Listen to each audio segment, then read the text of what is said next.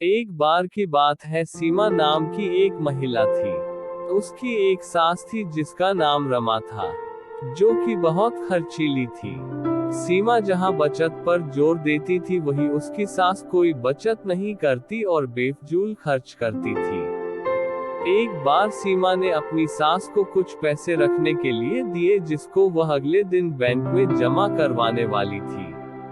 उसकी सास उन पैसों से बाजार से अपने लिए कपड़े लेकर आ गई। अगले दिन जब सीमा ने अपनी सास से पैसे मांगे तो सास ने बताया वह तो उसने खर्च कर दिए हैं। उसने सीमा को कहा, बचत करने की कोई जरूरत नहीं है, जिंदगी को अच्छे से जीना चाहिए। सीमा अपनी सास को बेफजूल घर की लाइट जलाने से मना करती थी, जो कि उसकी सास को बिल्कुल पसंद नहीं था।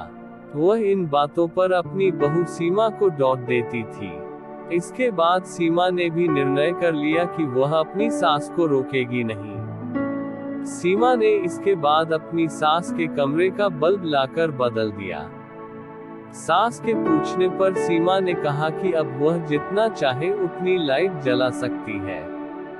एक दिन सीमा की सास को पकोड़े खाने की इच्छा हुई।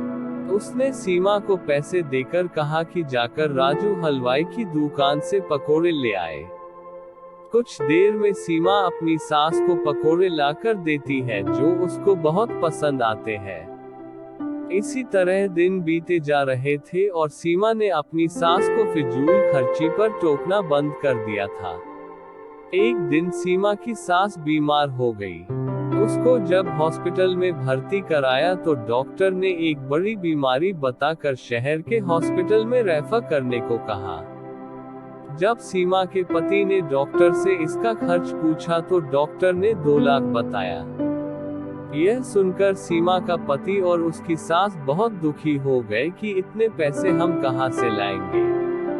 लेकिन सीमा ने डॉक्टर को अपनी सास को शहर के डॉक्टर को रेफर करने को कहा, जिससे उसके पति और सास हैरान हो गए।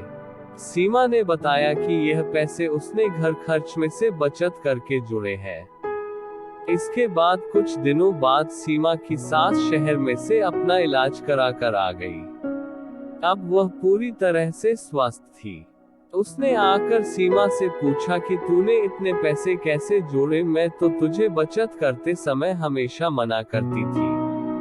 सीमा ने बताया कि मैंने सारे घर में कम बिजली प्रयोग करने वाले बल्ब लगाए और जब भी आप मुझे बाहर से पकोड़े लाने को कहती थी तो मैं घर पर ही आपको पकोड़े बनाकर खिलाती थी। उसने सीमा की बहुत तारीफ की और खुद भी आगे से पैसे बचाने का निर्णय लिया। सीख: इस कहानी से हमें यह सीख मिलती है कि हमें फिजूल खर्ची से बचकर पैसे का सही इस्तेमाल करना चाहिए।